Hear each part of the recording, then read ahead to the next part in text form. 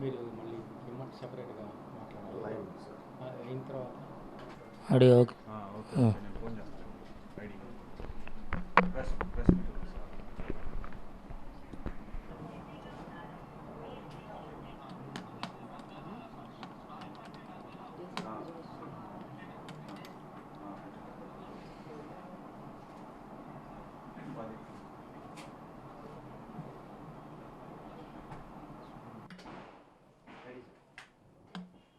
ఈరోజు నేను గత 8 సంవత్సరాలుగా తెలుగుదేశం పార్టీలో మా నాన్నగారితో పాటు నాకు పార్టీ మొట్టమొదట టర్మ్లో పార్టీ సెక్రటరీ ఇచ్చారు, ఇప్పుడేమో ఆర్గనైజింగ్ సెక్రటరీ ఇచ్చారు. పార్టీకి రాజీనామా చేయడం జరుగుతుంది. ఈ party corrupted party. Lokesh, Chandrababu Naidu ఇద్దరు కలిసి డబ్బులు దోసుకోవడం తప్ప వేరే లేదు.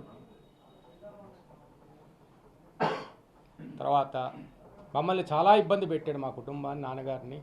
ఆ రోజు 2013లో రాష్ట్రం విడగొట్టింది కాంగ్రెస్. నాకు నాన్నగారు ఆంధ్ర ఎంపీలతో కలిసి ఫస్ట్ పర్సన్ ఆయనే సంతకం పెట్టి స్పీకర్కి ఇచ్చింది అందరి తరఫున. ఆ రోజు తప్పనిసరి పరిస్థితి పార్టీలోకి వచ్చాం. ఈ పార్టీ ఇదివరకు 40 ఏళ్ళ నుంచి మేము రాజకీయంలో ఉన్నాం. 40 ఏళ్ళ నుంచి రాజకీయాల్లో ఉన్నాం. నేను చిన్నప్పటి నుంచి మా నాన్నగారు 4 సార్లు 5 సార్లు ఎంపీగా చేశారు. మా చిన్నాన్న జడ్పీ చైర్మన్గా చేశారు. ఆ రోజుల్లోనే ఎన్టీ రామారావు గారే తిరిగారు క్యాన్వాస్కి మా వ్యతిరేకంగా. దాని తర్వాత మా తమ్ముడు మేయర్గా చేశాడు. మేము ప్రతి ఎలక్షన్లో పాల్గొంటాం. ప్రతి దాంట్లో మేము ఇన్వాల్వ్ అయ్యి మేము ఇప్పటికి చూస్తే ప్రతి అన్ని కుల మత వాళ్ళు అందరూ వస్తారు మా దగ్గరికి. కానీ ఈ పార్టీలో ఏంటంటే ఒక కులం అగ్రకులం. పోనీ మా సంగతి కాసేపు పక్కన పెట్టండి. Common man party NT Ramarao దగ్గర నుంచి ఉన్నారు. కామన్ మ్యాన్ పార్టీ కోసం జెండా మోసినాడు. వాళ్ళకి ఏం చేశావు? ఏమంటాడు లోకేష్ గారు, నేను పార్టీ కార్యకర్తలు చూసుకుంటా. ఏం చూసావయ్యా?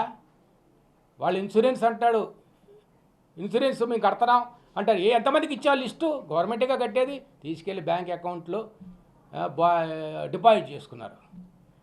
మాకు ఇన్ని లక్షలు ఉన్నారు, 50 లక్షలు 60 లక్షలు ఉన్నారు. ఎందుకు ఓడిపోయారు? నేను ఇన్ని లక్షల ఉద్యోగం తెచ్చా అన్నాడు, నీ కియా కంపెనీ తెచ్చా అన్నాడు. అనంతపూర్లో గెలిచిందా తెలుగుదేశం పార్టీ? నాకు చెప్పండి సమాధానం.